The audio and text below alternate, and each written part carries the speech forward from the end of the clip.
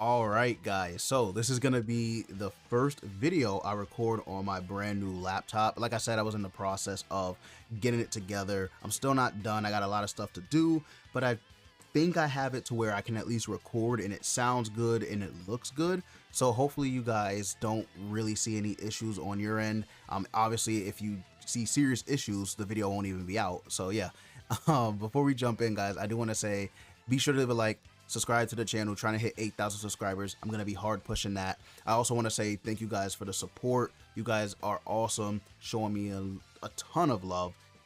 I can't express how grateful I am to you guys, so I'll just say it as much as I can to get you guys tired of me and tired of me saying it. But honestly, thank you guys so much.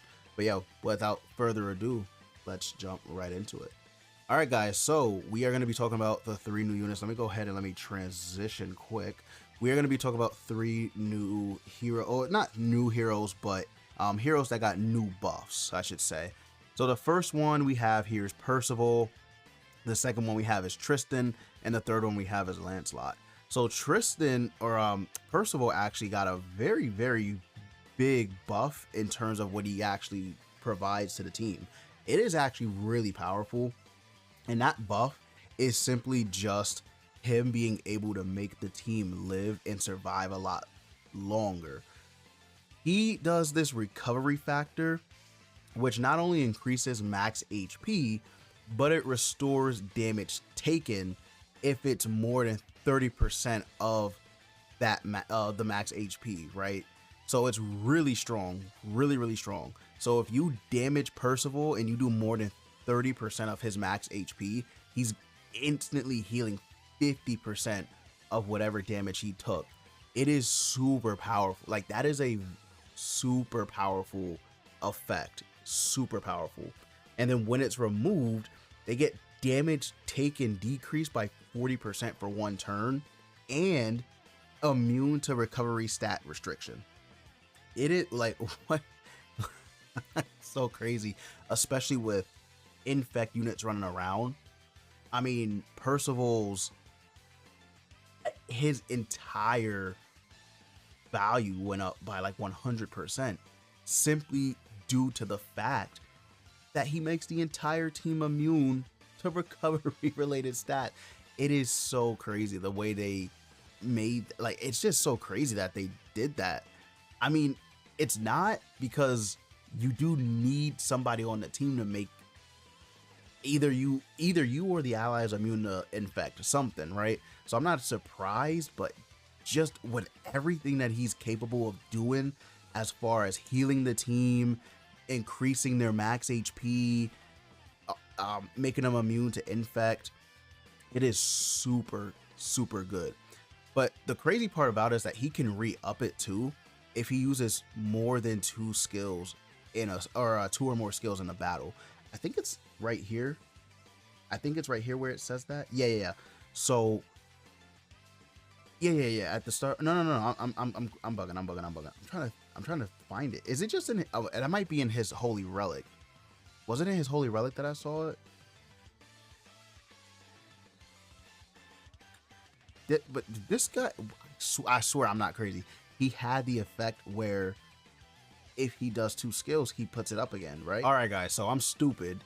This is only going over the passive, that part that got buffed. I'm stupid. Okay, so we'll have to take a look at their passives over here as well.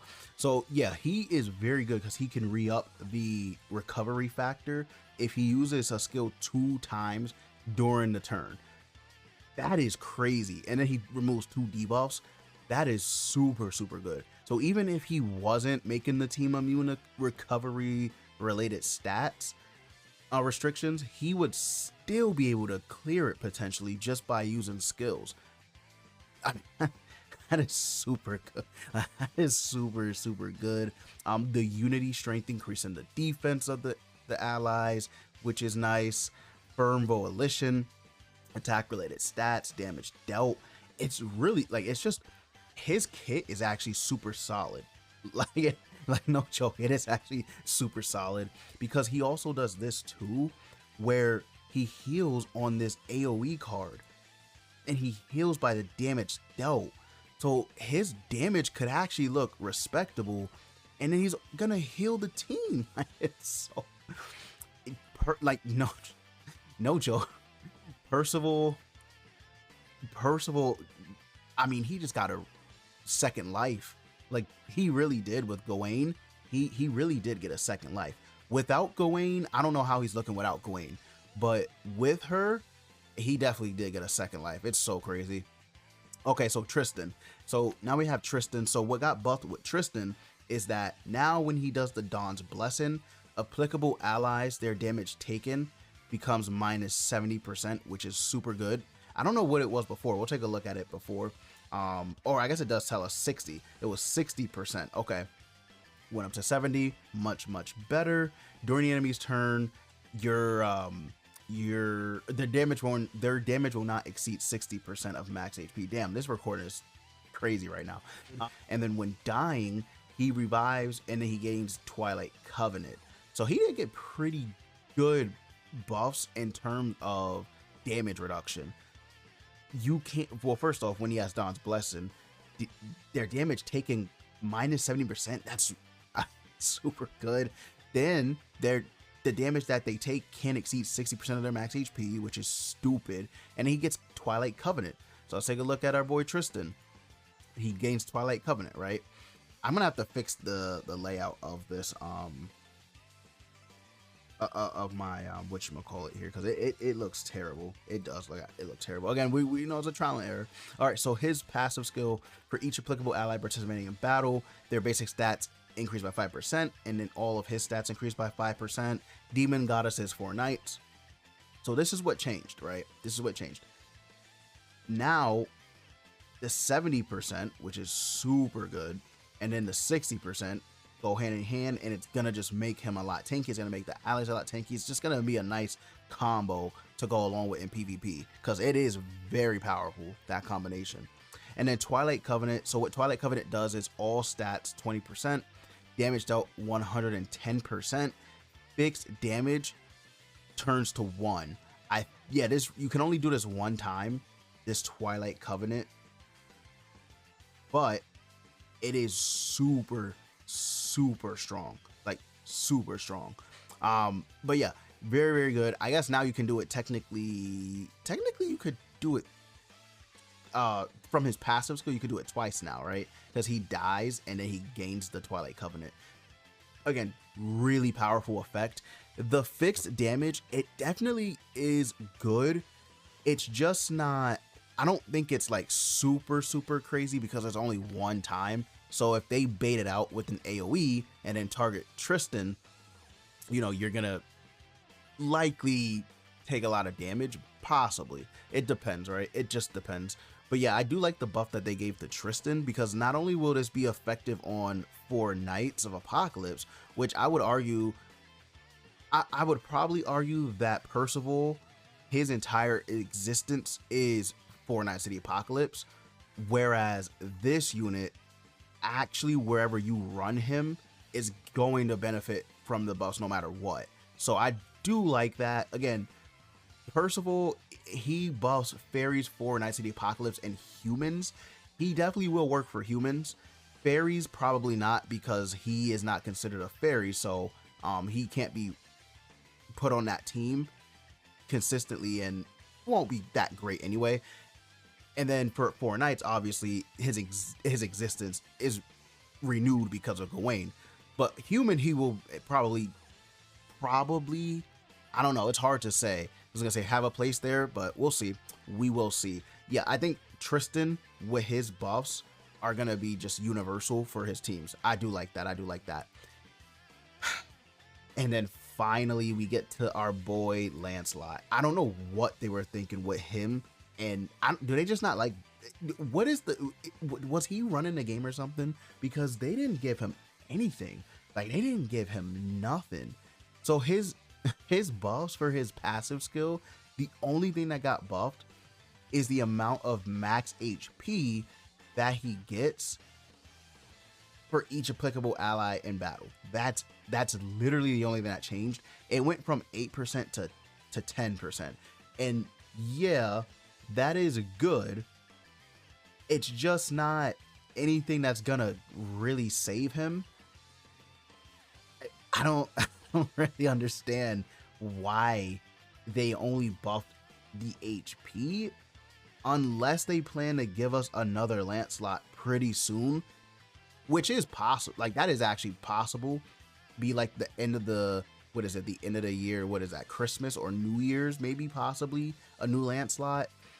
And then he gets his first skill. He is the only one who got an enhancement. Oh no, he's not. Percival did too. Yeah, he got a buff on his skill. So he got a buff to his damage. Again, not really that great.